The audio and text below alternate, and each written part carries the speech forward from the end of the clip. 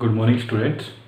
I am Mukul Yadav, your physics mentor, and in this class we are going to see equation of motion for uniformly accelerated motion. ठीक है, तो इस class में हम equation of motion start करने वाले हैं किसी भी यूनिफॉर्मली एक्सेलरेटेड मोशन के लिए. Okay, but before I discuss all these three equations, let us revise what we had done in the last class. तो लास्ट क्लास में हमने क्या किया था, हमने देखे थे कुछ ग्राफ्स. ठीक है, और वो ग्राफ हमने बेसिकली दो तरह के मोशन के लिए देखे थे. एक तो यूनिफॉर्म मोशन के लिए. यूनिफॉर्म मोशन मतलब मीन्स जिसमें स्पीड कांस्टेंट हो. ठीक है, तो वहाँ पे मैंने आपको बताया था कि अगर आपकी स्पीड कांस्टेंट होगी तो आपको तीन ग्राफ देखने हैं तीनों. ठीक है, तो ये दो ग्राफ जिसमें यहाँ पे दिखा रहा हूँ, तो वहाँ पे जैसे मैंने बताया था कि एक्सेलेरेशन वर्सेस टाइम, अगर आपकी स्पीड कांस्टेंट है तो एक्सेलेरेशन क्या रहेगा आपका, जीरो रहेगा. तो वो कुछ इस तरह से आएगा. उसके बाद हमने देखा था कौन सा ग्राफ, वेलोसिटी वर्सेस टाइम. तो अगर स्पीड आपकी कांस्टेंट है दैट मीन्स आपकी जो स्पीड तो कांस्टेंट है, तो इसका मतलब ये स्पीड वेरी नहीं होगी, तो आपका कुछ ऐसा ग्राफ आएगा. ठीक है, तीसरी चीज हमने देखी थी फॉर यूनिफॉर्मली एक्सेलरेटेड मोशन के लिए अगर मैं डिस्टेंस वर्सेस टाइम ग्राफ निकालूं तो आपका डिस्टेंस वर्सेस टाइम ग्राफ क्या था, क्योंकि डिस्टेंस क्या हो जाता है, वेलोसिटी इनटू टाइम. ओके, तो आप देख रहे हैं ये किसकी इक्वेशन है, स्ट्रेट लाइन इक्वेशन है. तो कुछ ऐसी इक्वेशन आपकी बनेगी. ओके, तो ये तीन ग्राफ आपने देख लिए थे किसके केस में, यूनिफॉर्म मोशन के केस में. उसके बाद हमने डिस्कस किया था नॉन यूनिफॉर्म मोशन. तो नॉन यूनिफॉर्म मोशन में आपको केवल एक ही चीज पढ़ना है, that is uniformly accelerated motion. Uniformly accelerated motion का क्या मतलब है कि ऐसा मोशन जहां पे एक्सेलरेशन की वैल्यू कांस्टेंट हो.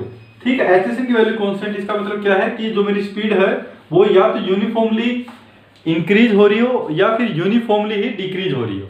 ठीक है, तो उसके केस में भी हमने तीनों ग्राफ देखे थे. तो आपको ऑलरेडी बताया हुआ है मैंने डेफिनेशन एक्सेलरेशन की क्या होती है, v minus U by T.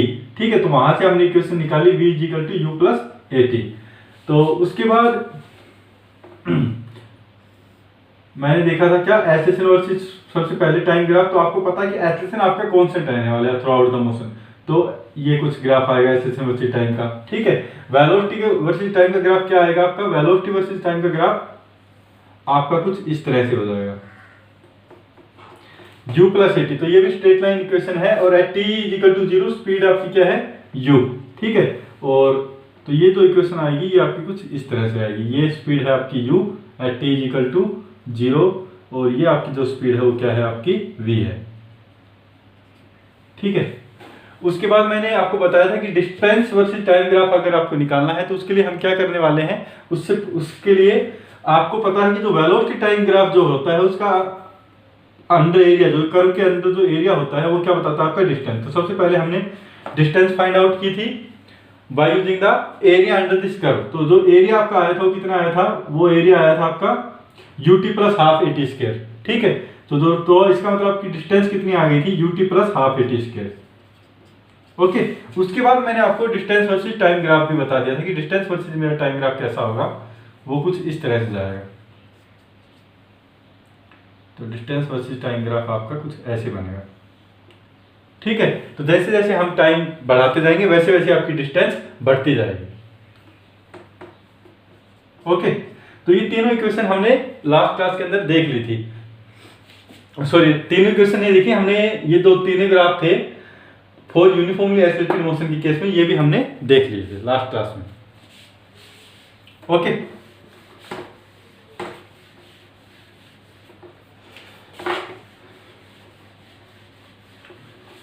तो अभी मैंने यहाँ पे क्या लिखा हुआ है, इक्वेशन ऑफ मोशन लिखा हुआ है किसके केस में, यूनिफॉर्मली एक्सेलरेटेड मोशन के केस में.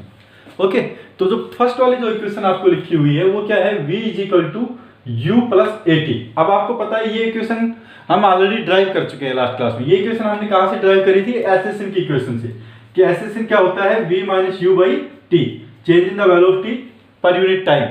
तो यहां से मैंने ये इक्वेशन ड्राइव करी थी, v is equal to U plus A T. A T को इस साइड लेके जाएंगे तो आपकी ये जो इक्वेशन आ जाएगी वो क्या आ जाएगी, u प्लस ए टी. तो ये इक्वेशन जो फर्स्ट वाली इक्वेशन है ये हम ऑलरेडी देख चुके हैं कि एक्सेलरेशन से जो हमारी फर्स्ट वाली इक्वेशन आती है तो क्या बताते हैं कि final velocity is equal to initial velocity, u क्या है आपकी इनिशियल वेलोसिटी प्लस a क्या है आपका एक्सेलरेशन, t क्या है आपका टाइम. ठीक है, जो सेकंड वाली इक्वेशन है that is distance is equal to ut plus half A T square और displacement is equal to ut plus half at square. ये वाली इक्वेशन भी आपने ड्राइव करी थी ग्राफिकल मेथड से। जैसे मैंने आपको बताया था कि यूनिफॉर्मली एक्सेलरेटेड मोशन के केस में जो वेलोसिटी वर्सेस टाइम ग्राफ होता है वो कुछ ऐसे जाता है, वेलोसिटी वर्सेस टाइम ग्राफ। ठीक है, तो हमने उसका एरिया हम ऑलरेडी फाइंड आउट कर चुके हैं कि वो जो area under the velocity time curve होता है वही क्या बताता है आपको, डिस्प्लेसमेंट बताता है। तो ये एरिया हमने फाइंड आउट करा था, यहां से हमने ये ट्राइंगल मान ली थी, इस ट्राइंगल का एरिया प्लस इस रेक्टेंगल का एरिया। ठीक है, तो ये जो बेस था ये आपका था टी, ये क्या है आपका u, और ये जो वेलोसिटी थी ये v थी आपकी। ठीक है, तो ये भी हम ऑलरेडी देख चुके हैं कि ये इक्वेशन यहाँ के जो area under the velocity time graph से ये वाली इक्वेशन हम फाइंड आउट कर लेते हैं। ठीक है, थर्ड जो इक्वेशन है वो इक्वेशन है v square minus u square is equal to 2as। ये इक्वेशन हमने अभी तक नहीं देखी है। ठीक है, तो आज सबसे पहले तो हम जो थर्ड इक्वेशन है ये कैसे ड्राइव करते हैं वो हम देखने वाले हैं। ओके, तो इसमें ये भी बड़ी सिंपल सी इक्वेशन है। इसमें क्या करेंगे हम, जैसे ये जो फर्स्ट टू इक्वेशन है, ठीक है, ये जो फर्स्ट टू इक्वेशंस में से मैं फर्स्ट इक्वेशन से टाइम की वैल्यू निकालूंगा और वो वैल्यू मैं सब्स्टिट्यूट करूंगा सेकंड इक्वेशन में। ठीक है, तो जैसे ही आप सेकंड इक्वेशन में सब्स्टिट्यूट करेंगे तो आपको ये जो थर्ड वाली जो इक्वेशन है ये मिल जाएगी। ठीक है, तो हम ये करने वाले हैं, उसके बाद आपको बिल्कुल समझ में आ जाएगा। ओके, अभी जैसे कि मैंने यहाँ पे नेमिंग की हुई है साइड के अंदर, तो आपको ये तीनों जो इक्वेशन है ये इक्वेशन ऑफ मोशन बहुत ज्यादा इंपॉर्टेंट इक्वेशन है, आपको ये याद रखनी है तीनों इक्वेशन।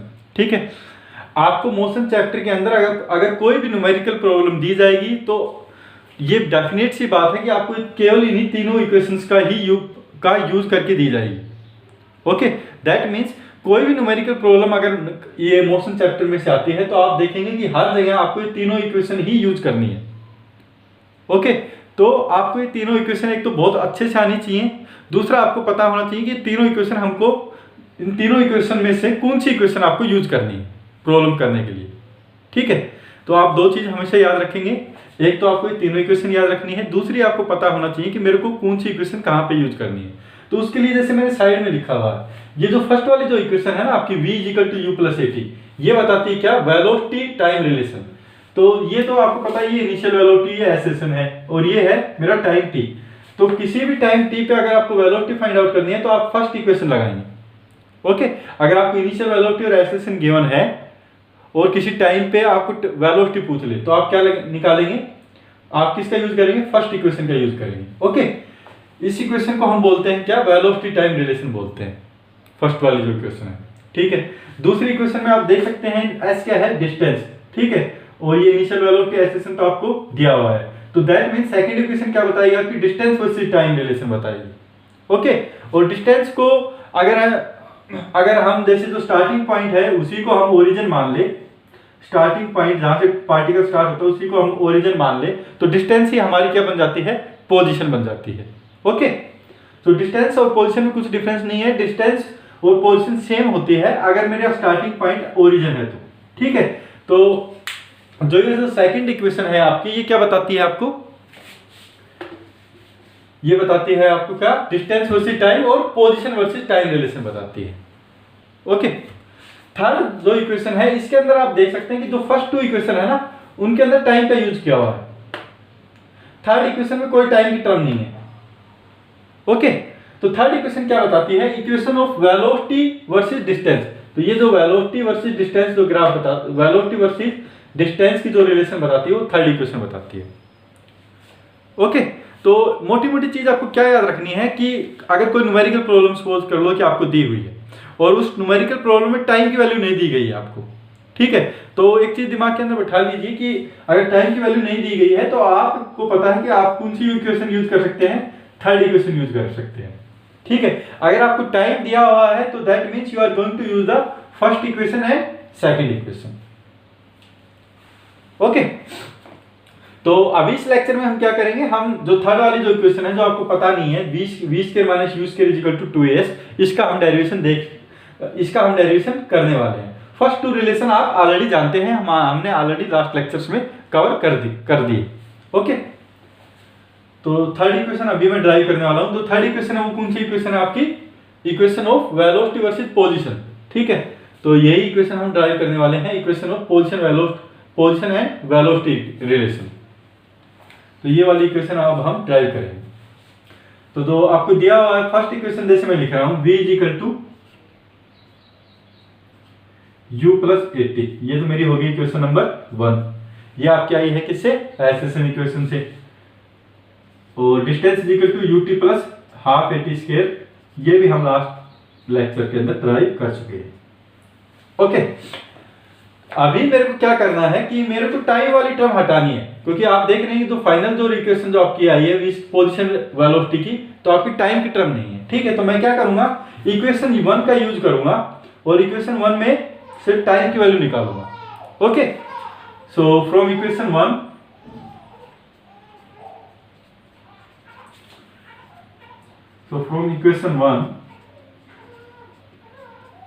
आप क्या लिख सकते हैं इक्वेशन 1 से कि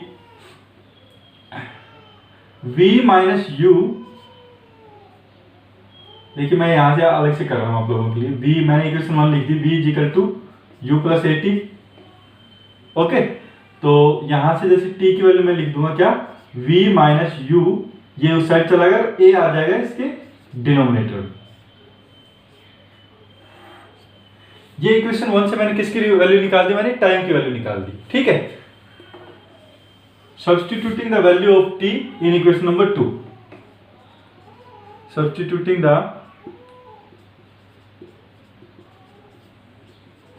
value of t in equation 1 we get। अब मैं क्या करूंगा, सब्स्टिट्यूट करूंगा t की वैल्यू, सॉरी इक्वेशन 2 के अंदर सब्स्टिट्यूट करेंगे। 1 से तो हमने निकाली है t की वैल्यू, तो सेकंड इक्वेशन के अंदर मैं इसकी वैल्यू सब्स्टिट्यूट कर दूंगा। तो आपको क्या वैल्यू मिलेगी, distance is equal to U T, T की वैल्यू मैंने यहां पे रख दी v minus U by A. ठीक है, plus half A T square, T square की वैल्यू मैंने यहां पे रख दी v minus U by A का होल स्क्वायर। ओके, अभी आप देख सकते हैं यहाँ पे डिस्टेंस क्या हो जाएगा, ये वाली इक्वेशन आ जाएगी आपकी, u मैंने बाहर ले लिया, v minus you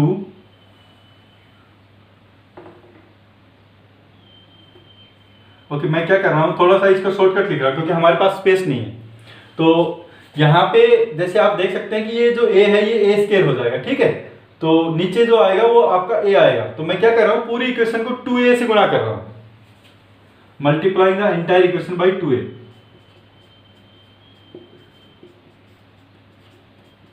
multiplying the equation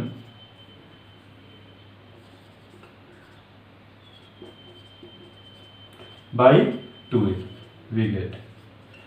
left hand side और राइट हैंड साइड में 2a से पूरा मल्टीप्लाई करना हूं, तो आपकी साइड वाली क्या आ जाएगी, 2as आ जाएगी, इज इक्वल टू, देखिए यहां से 2a से मैं मल्टीप्लाई करूंगा तो आपका जाएगा क्या, 2 into you v minus you.